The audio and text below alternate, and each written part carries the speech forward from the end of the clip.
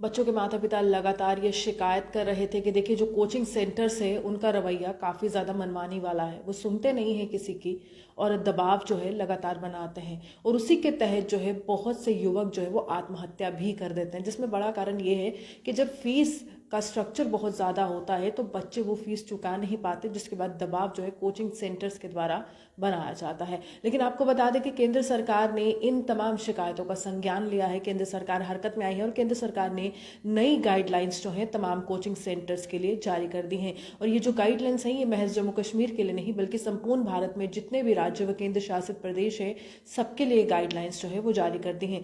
सबसे पहले यहाँ पर यह कहा गया है कि 16 साल से कम का जो भी यहाँ पर छात्र या छात्राएं होंगी उनका नामांकन नहीं कर सकते हैं कोचिंग सेंटर्स। उसके बाद उन्होंने ये कहा है कि देखिए बिल्डिंग सिक्योरिटी की पूरी जिम्मेदारी होनी चाहिए, फायर सिक्योरिटी की पूरी जिम्मेदारी होनी चाहिए, विभिन्न मापदंडों के तहत ही वहां पर पूरा स्ट्रक्चर बनाया जाना चाहिए, कोचिंग सेंटर को बनाया जाना चाहिए ताकि बच्चों की जान जो है वो जोखिम में ना डाली जा सके। हाल ही में हमने कुछ तस्वीरें देखी पिछले वर्ष, जहां पर एक आग लगने की घटना हुई। उसके बाद बच्चे जो थे रस्सी से लटक कर जो है कोचिंग सेंटर से बाहर आने की कोशिश कर रहे थे क्योंकि वो इतनी भीषण आग थी। वहां पर कोई भी ऐसा सिस्टम नहीं था जिससे आग जो है वो बुझाई जा सके। तो सबसे ज्यादा महत्वपूर्ण ये रहता है। उसके बाद ये कहा गया है कि देखिए आप बच्चों को एक तरह का फीस स्ट्रक्चर दीजिए, यानी कि जो फीस है उसका एक ही स्ट्रक्चर होना चाहिए, एक ही तरह की फीस तमाम छात्रों से आप वसूलिए, किसी से कम किसी से ज्यादा नहीं, ताकि दबाव जो है उन पर ना बन सके। इसी के साथ साथ उन्होंने ये भी कहा कि मानसिक रूप से अगर आप किसी भी बच्चे पर प्रेशर डालते हैं कि आपको जो है अच्छे नंबर लाने हैं तो इस तरह का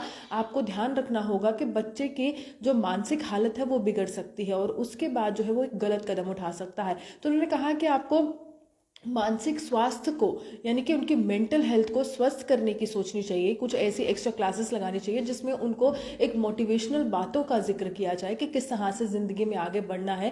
फेलियर जो है वो बिल्कुल उसको जो है अपने सर पर नहीं चढ़ाना है और बिल्कुल यहाँ पर ये देखना है कि देखिए अगर हम कहीं से हार गए हैं तो इसके आगे भी जिंदगी है, हमें आगे बढ़ते रहना है। यानी कि बच्चों को पूरी तरह से शिक्षा देनी है। ये भी कहना है कि आपको अपनी किताबें पढ़नी है लेकिन जिंदगी की पढ़ाई की भी शिक्षा जो है वो तमाम छात्रों को देनी है। इसके बाद उन्होंने ये भी कहा है कि लगातार इस तरह की अगर शिकायतें आती हैं जिसमें फीस स्ट्रक्चर ज़्यादा होता है और बच्चों से तय फीस स्ट्रक्चर से ज़्यादा वसूला जाता है तो उस पर जो है कड़ी कार्रवाई की जाएगी। यानी कि ये मामला जब सुप्रीम कोर्ट तक एक मामला पहुंचता है हाल ही में तो उसके बाद जो है केंद्र सरकार संज्ञान लेती है, केंद्र सरकार हरकत में आती है और विभिन्न राज्यों या केंद्र शासित प्रदेशों के कोचिंग सेंटर्स के लिए ये एक तरह की गाइडलाइन जो है वो जारी कर दी है, जिसमें विभिन्न राज्य सरकारों से ये कहा गया है कि आप सख्ती से इन गाइडलाइंस का पालन करवाएं, क्योंकि कुछ कोचिंग सेंटर जो है वो व्यापार की तरह ले रहे हैं कोचिंग को, लेकिन कुछ ऐसे माता पिता हैं जो बच्चों के भविष्य बनाने के लिए पैसा बहुत ज़्यादा खर्च करते हैं, लेकिन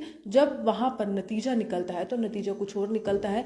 मानसिक रूप से प्रताड़ित किया जाता है एक छात्र को, तो उसके बाद छात्र एक गलत कदम उठा लेता है और आत्महत्या कर लेता है। इस तरह के मामलों में कमी आए, इसी तरह से केंद्र सरकार ने ये बड़ा फैसला लिया है। आप यूँ हमारे साथ बने देखते हुए जम्मू चौहान की रिपोर्ट।